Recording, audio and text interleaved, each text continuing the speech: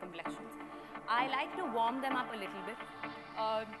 In layman words, just do maybe say 2 shades deeper foundation, not darker, deeper foundation, because what happens is you won't get a ghost face. That's a problem I've seen with Indian fair complexions. They end up looking white when there's a flash use, and especially celebrities for red carpet prefer using a tone deeper or a half tone deeper at least. Because this is something I learned on the job because someone asked me to do this and I was like, wow, this actually makes sense. Also, it brings out your bone structure. Your cheekbones and everything looks far more enhanced, and Indian fair complexion generally is more shallow. It's not like Europeans and Americans, so it works really well. So you shall see how this, a little tone deeper, generally people get a little scared when I'm doing this for the first time because they think little tone deeper matlab main kali nahi lagun. But you're not going to look darker, and especially in flash, half of it is going to be washed off anyway. So just have some balance also.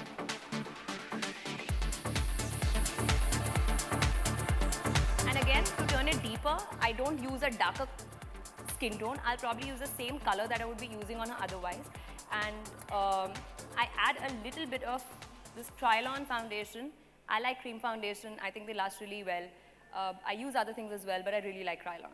So a little bit of light Egyptian. It's a very orangey sort of skinish color, and it works really, really good because it just adds this deeper foundation tint to it. So it doesn't take away any color that you already had, but just gives this warmth.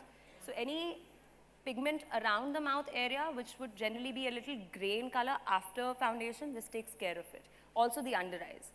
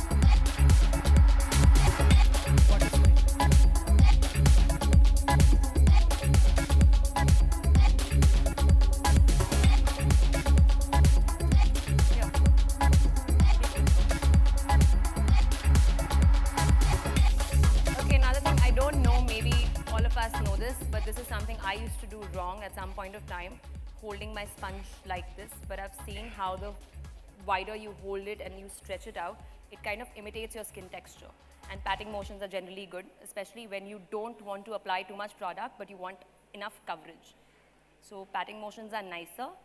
And while you're doing color on the skin, as in if you're doing your foundation on the face, it's good to keep in mind that you should just do the neck and whatever part of the body is showing at that point itself, because it just works better. I'm going to leave her arms as it is so that we can see a skin difference, but I'm just going to cover up this place so that it just looks like one and blend it.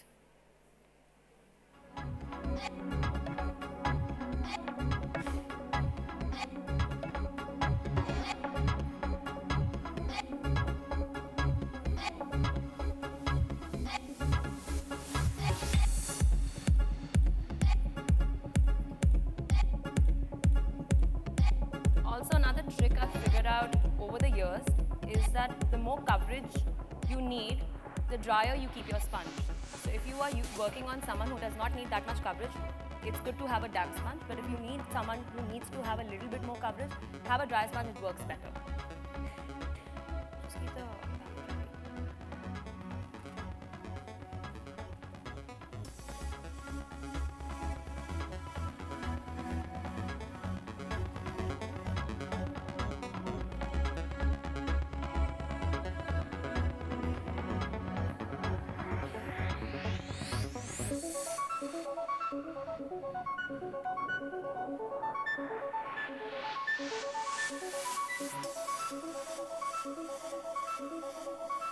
Also, with the coverage, you don't have to just go ahead and just put everything that you want to put.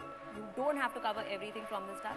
Build over a period of time, because at the end of it, the thing is, generally, when we are working with people, we're about this close. When someone's going to see them, they're going to be at an arm's distance. So maybe there's something you're seeing because you're a little too up close. Get done with the entire makeup and then you can always go touch up again and build a little more. But at the start, just keep it a little more natural and breathable. Like let it just sink in. The more the makeup sinks into your skin, the better it looks.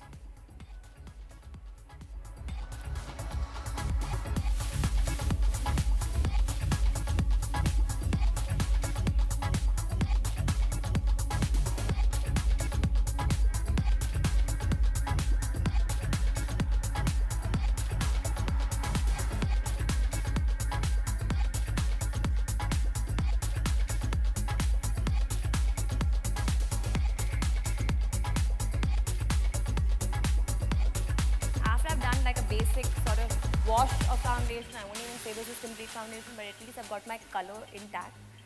I like to start emphasizing on the mounts of the face, which the cup please,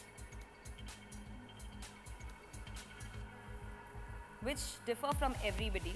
Depends also on what kind of look you're giving to someone, because sometimes you want to keep some faces softer, as in if you already have someone who has a very bony face, you want to keep it as soft as possible, keeping blush a little more, keeping them more glowing.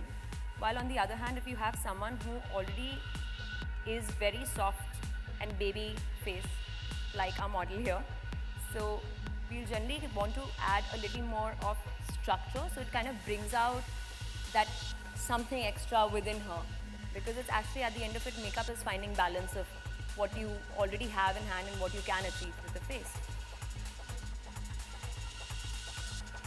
Also, another thing I've seen a lot of people do, I don't know if people still do that, but taking the highlight sort of go all the way down. It's not good, it does not register very well with camera.